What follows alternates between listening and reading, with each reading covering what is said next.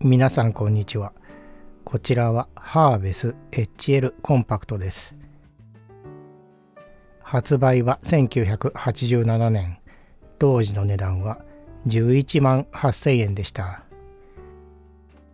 独特の音色が多くの人を魅了したスピーカーです。箱鳴りが音に関係するという噂がありますが、本当でしょうか？今回はこのスピーカーを調べてハーベスの音を解明します。このモデルの主なスペックは次の通りです。ウーファーの高音は TPX というオレフィン系の熱可塑性樹脂が使われています。能率は 87dB。あまり能率の高くないシステムです。前回はこのスピーカーをレストアする様子をご覧いただきました。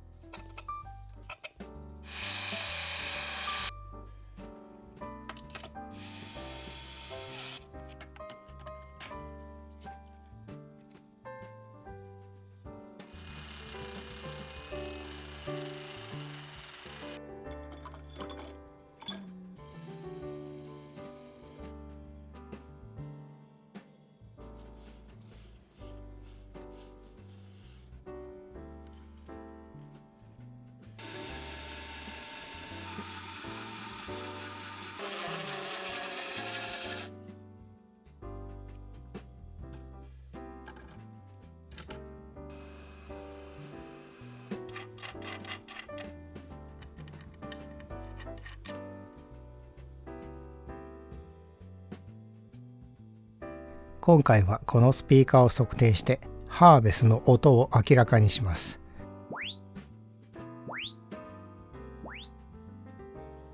それでは測定結果を見ていきます。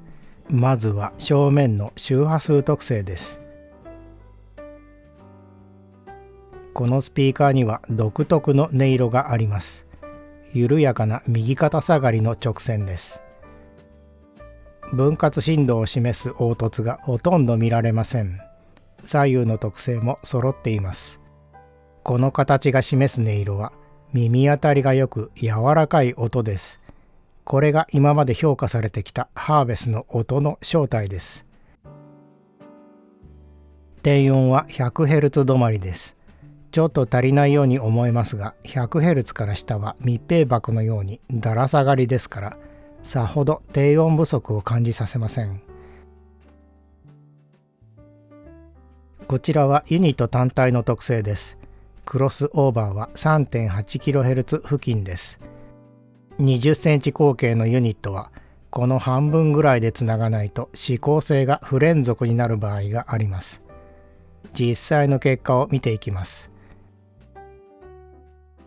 こちらは指向性の測定結果です。角度がつくと谷ができます。これは指向性の不連続が原因です。角度によって特性が変わるので、実際の部屋で聞く音はフラットではありません。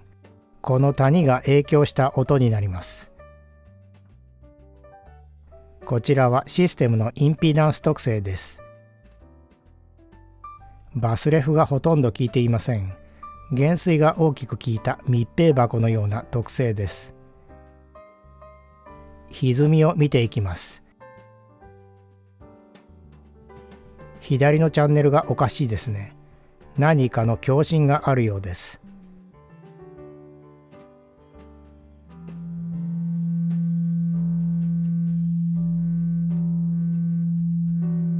フレームが共振しています。ネジを締めると共振点がずれるだけで改善しません。このモデルはウーファーのパッキンがなかったので追加します。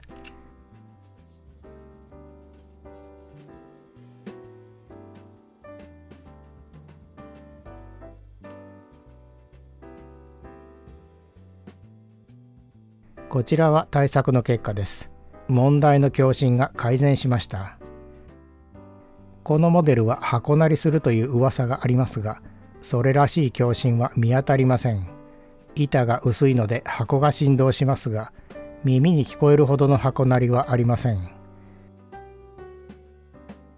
こちらはボリュームを上げた結果です。このスピーカーをきれいに鳴らせるのは 8W が限界のようです。もともと能率が低いのであまり大きな音は出せません。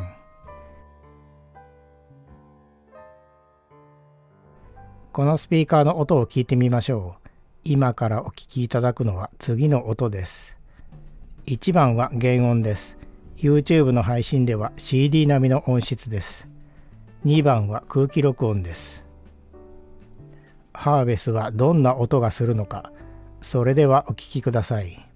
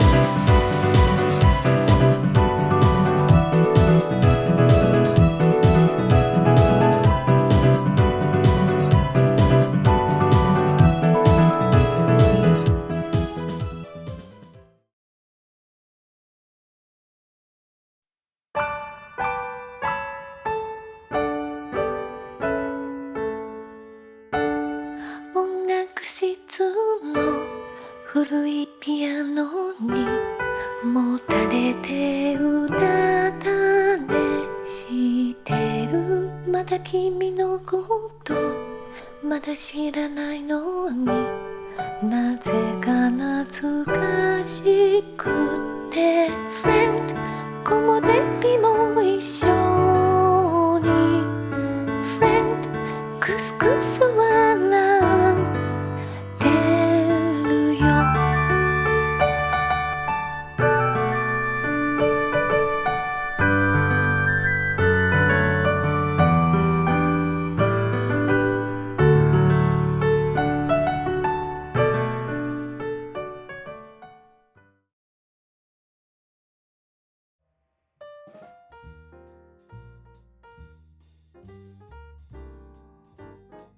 ハーベスの周波数特性はわずかに右肩下がりの直線です。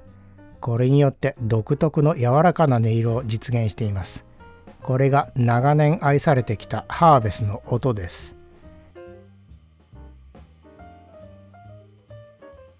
このモデルはスピーカーを楽器のように鳴らそうとした意図がうかがえます。ハーベスはあえて薄い板で作ることで箱の振動を大きくしています。その振動をスパイクで床に伝えて床を響かせることで豊かな響きを得る仕組みです。適度な振動を床に伝える専用スタンドはハーベスに効果的なアイテムでした。このようなスピーカーは現代までほとんど見かけません。初代ハーベス HL コンパクトはスピーカーを楽器に見立てて設計された数少ない存在です。ご視聴ありがとうございました。